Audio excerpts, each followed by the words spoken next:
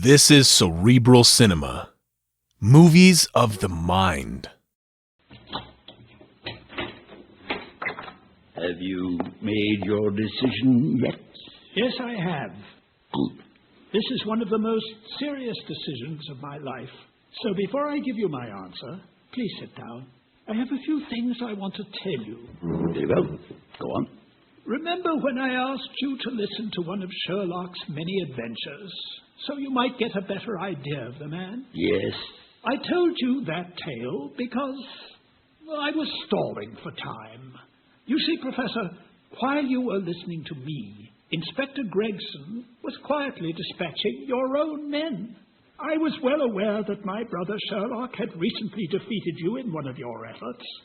It was Sherlock who warned me that you might move towards me, for he was aware that, for the moment, you had little else you could do. You're lying. Am I? You see this small object I pulled from my vest pocket? It's a police whistle, and I'm going to use it now. You imbecile! It's time for you to die! Even if you kill me, Scotland Yard shall have you at last. This is not the last of me, Mycroft Holmes. I'll see you and your brother Sherlock in hell first. Goodbye! He's going for that window! Don't let him escape! Ah, lost him. Sorry, sir. Moriarty slipped past my men. I rather like toying with him. He's a good adversary, you know. Interesting, because while he ranted on, I was getting rather bored with the game. I was actually thinking about another adventure my brother Sherlock had some time ago. Here, sir. Let me help you up. Good. Thank you. And while you take me back to the safety of the Diogenes Club, I'll pass the time telling you about the Harley Street murders. It's a rather interesting case.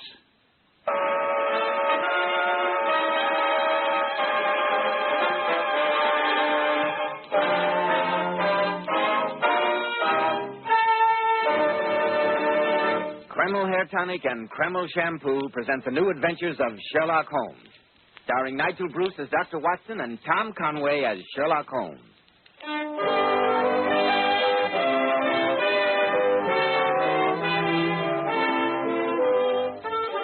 Well, it's Monday evening again and time for the weekly visit with our good friend and host, Dr. Watson. I'm sure he's expecting us, so let's join him, shall we? Good evening, Dr. Watson. Ah, there you are, Mr. Bell. Draw up your usual chair and settle down. That's it. Thanks, Dr. Watson. And now, how about tonight's new Sherlock Holmes adventure? Well, I think it'll intrigue you, Mr. Bell, for in it, Sherlock Holmes once again crossed swords with his most famous opponent, the man whom Holmes referred to as the Napoleon of crime, the redoubtable Professor Moriarty. And who came off best on this occasion? Supposing you let me tell the story from the beginning, my boy, and then you can decide the matter for yourself. All right, Dr. Watson. But before you get too far into the story tonight, perhaps I might... Have a word with our listeners? Of course, Mr. Bell. And while you're doing that, I'll get the pipe lighted. So many men today who use only water to keep their hair in place find that after the water dries, those stubborn hairs and cowlicks get out of place, and their hair never looks neatly groomed or attractive. Yet these men are reluctant to plaster their hair down with a heavy, greasy hairdressing. And who can blame them? That's why I urge you to try Kreml Hair Tonic.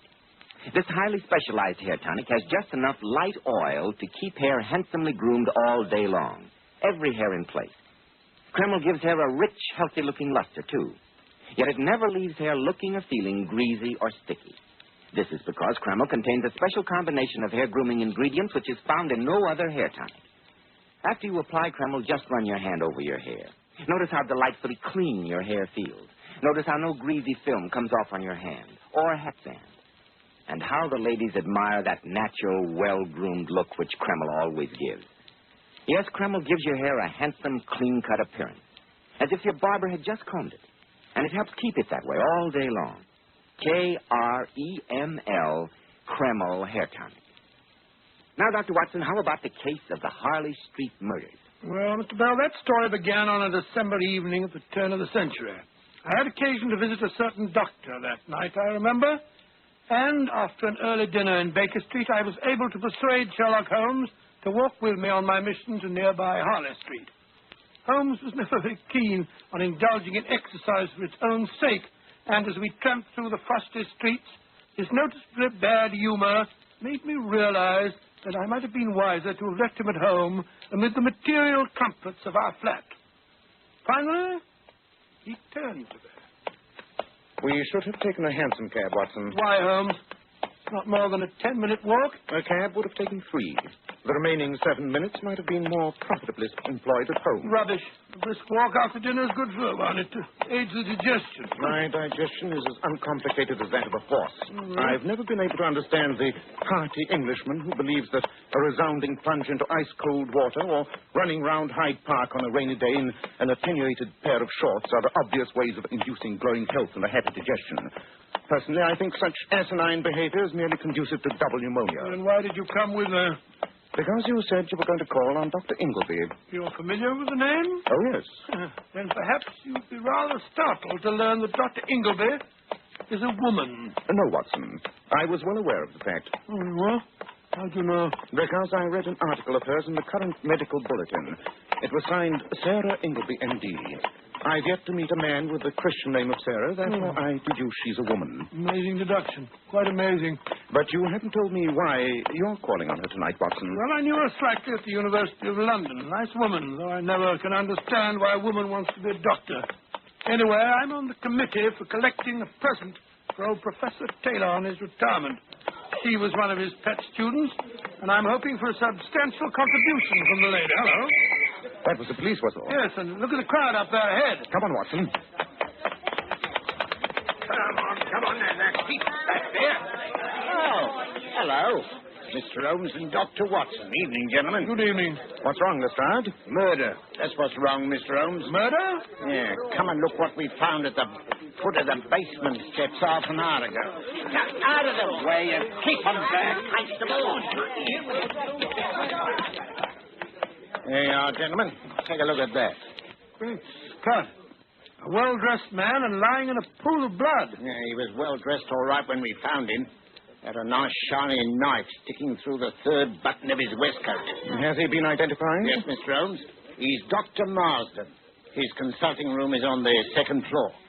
Must have been stabbed as he came out of the front door and then chucked down this basement. Was he robbed? No, sir. His wallet had 3 5-pound notes in it. They weren't touched. Nor was the gold watch and chain he was wearing. Have you been able to unearth any clue as to motive, Inspector? Not a blooming one, Doctor. Just been talking with his nurse. From what she says, he didn't have an enemy in the world. No robbery, no apparent motive, no clues, eh, Lestrade? Provoking problem. Well, come on, Watson. We must be on our way. Huh? You mean that you're going to leave? I thought this would be a case after your own heart, Mr. Holmes. I was hoping you'd give me a bit of help. No, Lestrade, it's no concern of mine. Let Scotland Yard do its own work for once. Come on, Watson. The doctor we're interested in is alive and a woman.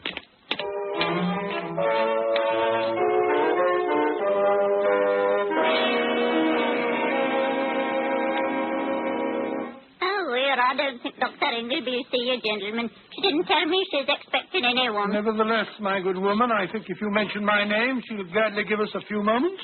No. You can come in. Oh, very kind of you. What were the names again, please?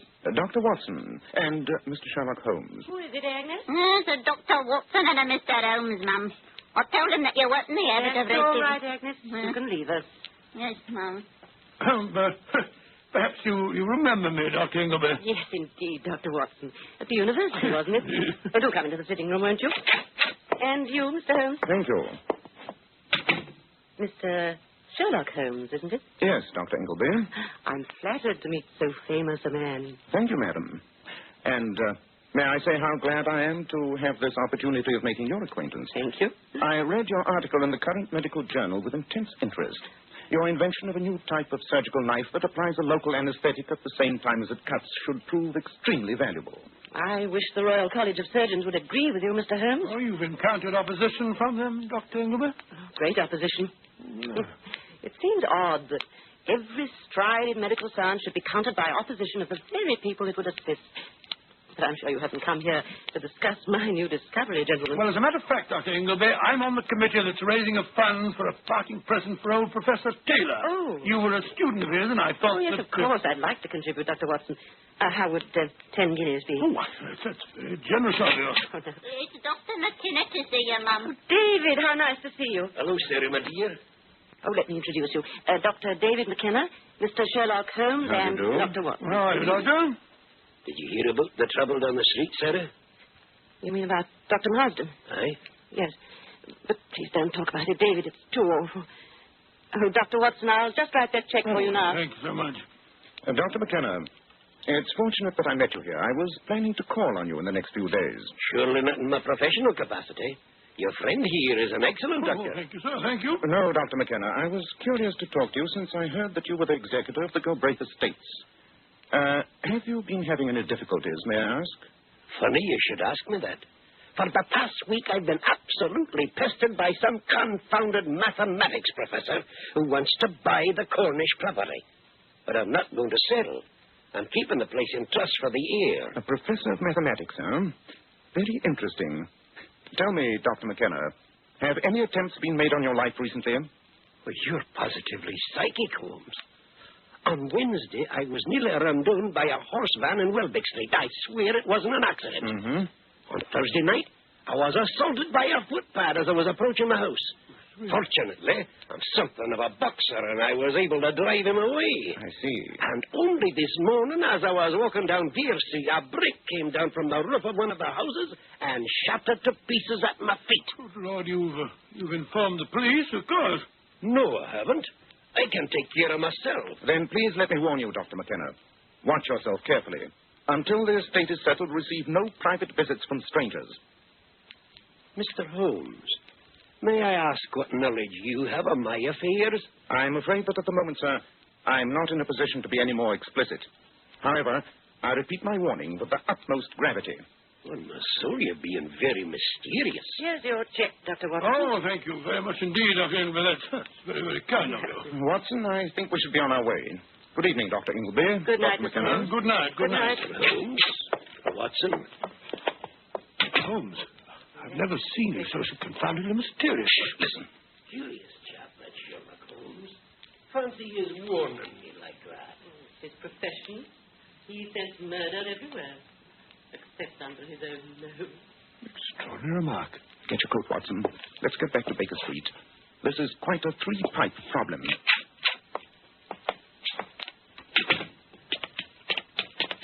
You know, Holmes, I'm suspicious of that woman. She behaved very queerly when the murder was mentioned, and that remark of hers a moment ago was very odd, too. You're leaping to conclusions, my dear Watson. At the moment, I'm much more interested in the fact that the mysterious mathematics professor in whose path Dr. McKenna stands is undoubtedly our old friend, the professor. Moriarty? Quite. You think that he was connected with that murder tonight, too? Indirectly, yes, Watson. And I fear that before we unravel this complicated skein of circumstances, several more members of the medical profession are doomed to die.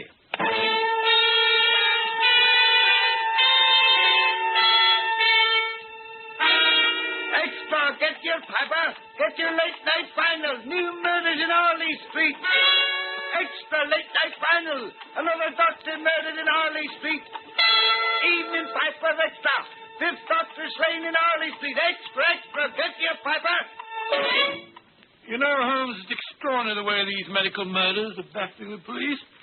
I expect Lestrade will be around soon to try and interest you in them again. But I am interested, Watson. Oh? The crimes are wanton, apparently motiveless, yet dexterously executed. A fascinating field for speculation. But I'm even more interested in the probable next move of Professor Moriarty. I know that Dr. McKenna stands in his way. Moriarty, so I've discovered, covets the Cornish portions of the Galbraith Estates. Oh, does he? He has certain plans connected with the caves there. Oh, perhaps he does, but I must say that my interests lie here in London. 5 murders in a week. All of the victims are doctors. Quite frankly, I'm beginning to feel a little uneasy myself. Quite understandable. By the way, didn't the new copy of the bulletin of the Royal College of Surgeons arrive in the post? Yes, I just skimmed through it here. Wait a minute. There you are. Thank you. Aha. Just as I thought. Listen to this, Watson. Hand me the new copy of the Bulletin of the Royal College of Surgeons, Carter, will you? Here it is, Professor Moriarty. Just as I thought, Carter.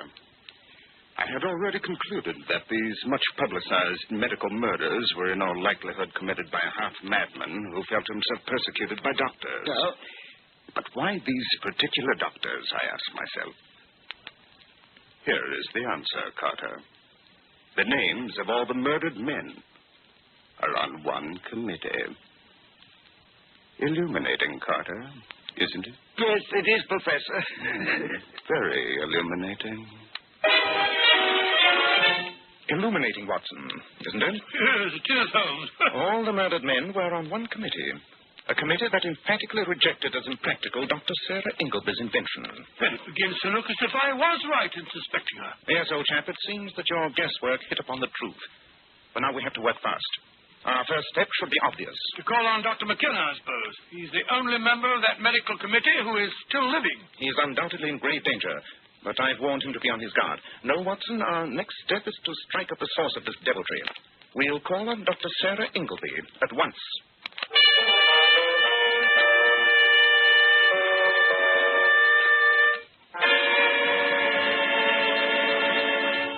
But you can't see the doctor, Mr. Holmes. She went out not 10 minutes ago. Did she leave alone? No, sir. A man came to see her. He stayed talking for half an hour, and they went out together.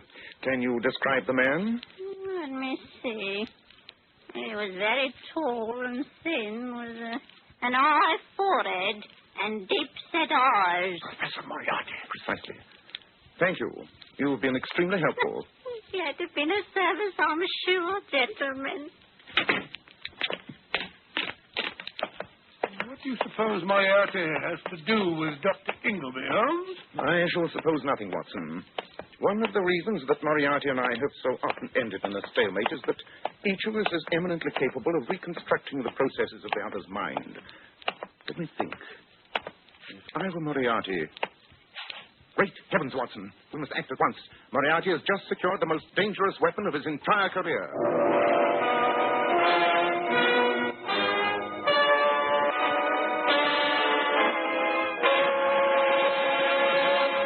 In just a moment, we will join Sherlock Holmes as he endeavors to solve the strange case of the Harley Street murders. Men, if you want to be a success and look successful in life, remember that well-groomed hair adds a great deal to a man's appearance. And one of the first requisites of handsome, healthy-looking hair is a hygienic scalp. So start at once and take better care of the hair you've got. And if you're smart, you'll use Kreml hair tonic. No other hair tonic keeps the hair more neatly in place without looking or feeling greasy. But men, Kreml does lots more than keep hair looking handsome. Kreml's light oils have a grand lubricating effect on a dry scalp. At the same time, Kreml removes itchy, loose dandruff. Notice how alive, how tingling your scalp feels. And you like to massage Kreml on your scalp because it's such a clean product. It never feels greasy or sticky. And if your hair, like so many men's, is so dry that it breaks off and falls when you comb it, Kreml actually helps condition the hair, in that it makes it feel softer, more pliable, and look as if it had some body to it. So men, for handsomely groomed hair and a more hygienic scalp, use Kreml daily. Buy a bottle of Kreml at any drugstore. Ask for an application at your barber's. Kreml, Kreml Hair Tonic. That famous modern hair tonic which is preferred among America's top executives and most successful men. Now, Dr. Watson, you certainly had me on the edge of my chair there. What happened next? Well, Mr. Bell, supposing I pick up my story at the exact place I left off. Sherlock Holmes turned to me and said... Yes, Watson. Moriarty has just secured the most dangerous weapon of his entire career. Come along. A weapon? I don't understand, Holmes. I warned Dr. McKenna to admit no stranger to his house because I know that Moriarty aims at his death. But the person he is sure to admit is the woman to whom he's so obviously devoted. Dr. Sarah Ingleby. Yes, Watson. The pattern begins to become frighteningly clear. And if Moriarty is half the brain I know him to be, I can just imagine how devilishly persuasive he's being at this very moment.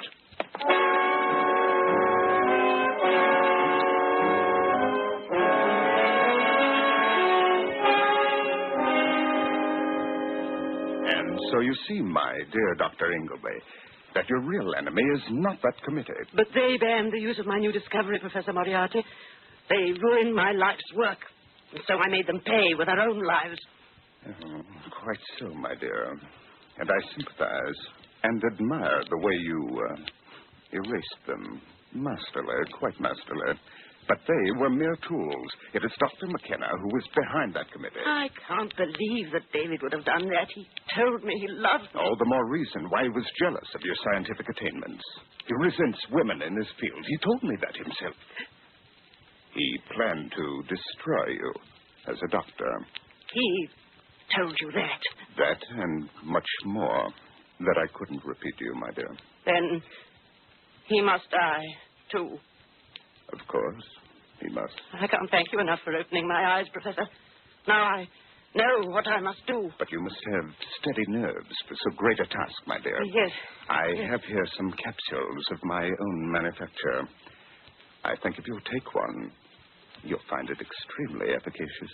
Thank you, Professor. Thank you. And now I shall call on David McKenna.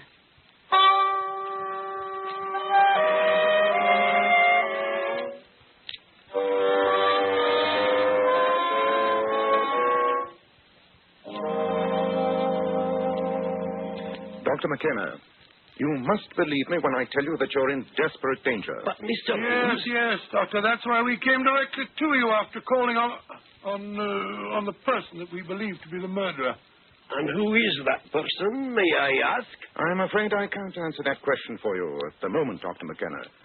Not until my strong suspicion is confirmed. I can tell you, however, that a dangerous criminal by the name of Moriarty has a new and perfect weapon in his power. Weapon? Yes. A lunatic whose murderous hate could be turned against you. Well, it all sounds very melodramatic. Well, perhaps it does, but you'll be wise to listen to my friend. I wouldn't be at all surprised if the murderer is approaching your house now. What? And it's someone that you would admit unquestioningly, and who would strike you down on the spot. I must implore you to retire, Dr. McKenna. But what are you and Dr. Watson going to do? Bait a trap here in your sitting room. Oh. Very well. I suppose I'd be stupid to ignore your warning. But I wish you could be a little more specific. I'll be in my library on the first floor. What bait are you going to use for the trap, Holmes? You, old chap. Huh? Me? Yes. You're not unlike Dr. McKenna in build, and I'm sure you have little difficulty in imitating his Scotch accent. If you sit at the writing desk here, with your back to the door, so I'll turn down the gaslight. When Dr. McKenna's visitor arrives, I shall be in hiding behind this curtain. In the meanwhile? We must wait, Watson, and I don't think we shall have to wait very long.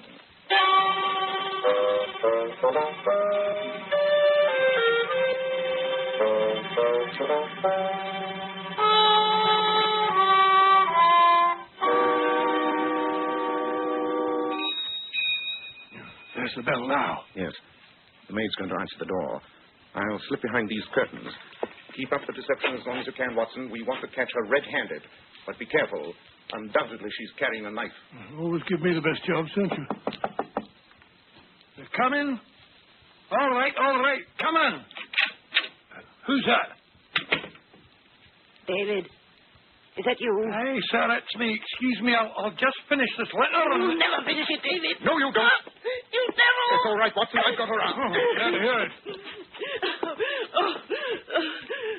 What kind of a trap is this? One that has caught you very neatly, Dr. Ingleby. I'll take that knife, thank you. You admit that you came here to kill Dr. McKenna? Oh, of course I do. Why did you fools stop me? I'd have killed him just like I killed the others. If you could have seen their stupid faces. A knife so clean and easy. It really was surprisingly easy. I gloried in killing them. But this last attempt wasn't your own idea, was it? No, it wasn't. I must say I didn't believe that David was against me, too. Then what made you change your mind? Change... Mine? Yes. Who suggested the idea to you? Yes. Professor... Oh, Professor! Ah! Confound it, she's fainted just as she was going to give us vital information. That's the trouble with women. They get so highly emotional. That's not the trouble with this woman, Watson. She didn't faint. She's dead.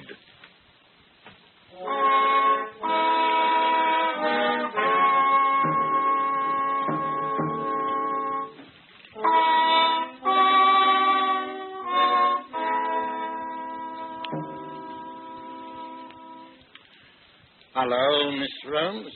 Dr. Watson. Good morning, Mr. Good morning, Inspector. Yeah. I thought you'd be coming around to see us at Scotland Yard before you were through. Going to crow over us, I suppose. No, Lestrade, I have no intention of crowing. I blame myself for not having solved the case sooner. Well, the newspapers don't blame you, Holmes. I've never seen such eulogies. Yes, Doctor. And once again, the Yard gets all the brickbats. Wish you'd come in on the case with me when I first asked you, Mr. Holmes. Well, no good crying over spilt milk. Case is closed. Yeah, with you and Dr. Watson both hearing her confession, all that's left to do is to have a statement drawn up and have you gentlemen sign it. Too bad she went and committed suicide, though. I still don't understand how she did it while we were holding her arms. I quite agree, Watson. That's why I came to Scotland Yard. Oh, you want to see the post-mortem report, don't you, Mr. Holmes? It's here on the desk somewhere. She used cyanide, you know. Well, that's the fastest-acting poison known. True, Watson. But I'll swear she didn't swallow anything while we were holding her. That's what puzzles me. Oh, here's the doctor's report, Mr. Holmes. Enlightening. Most enlightening. Well, why'd you say that, Mr. Holmes? Dr. Ingleby did not commit suicide. She, too, was murdered. Murdered? She died in full view of us. How could she be murdered? Look at the post-mortem report. Something else significant besides poison was found. Look. It says here that heavy traces of gelatine were found in the stomach. Precisely. There's the answer. Gelatine? Well, what does that prove? Merely that the woman had eaten some jellied pudding. Yes, exactly. But remember, gelatin is also used to coat capsules. But that still doesn't explain how she swallowed it before our very eyes. That's just the point, Watson. She didn't. Remember that they were extensive traces of gelatin. A capsule of extremely thick gelatin would not dissolve for some time. Obviously, Moriarty gave her the capsule. She swallowed it. And before the gelatine had melted and released the deadly poison, she had ample time to commit another murder had we not prevented her.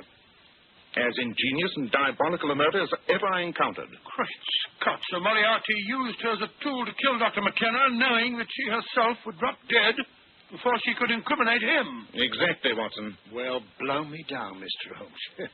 Professor Moriarty's outwitted you again. I wouldn't quite say that, Lestrade. I'd call it another stalemate. You know, Mr. Holmes, I begin to think you're never going to catch him for us. I refuse to share your pessimism, Inspector. This has been another stalemate, yes. But you mark my words. Moriarty's reign will not last forever. There will come a day, Lestrade. Yes, there will come a day.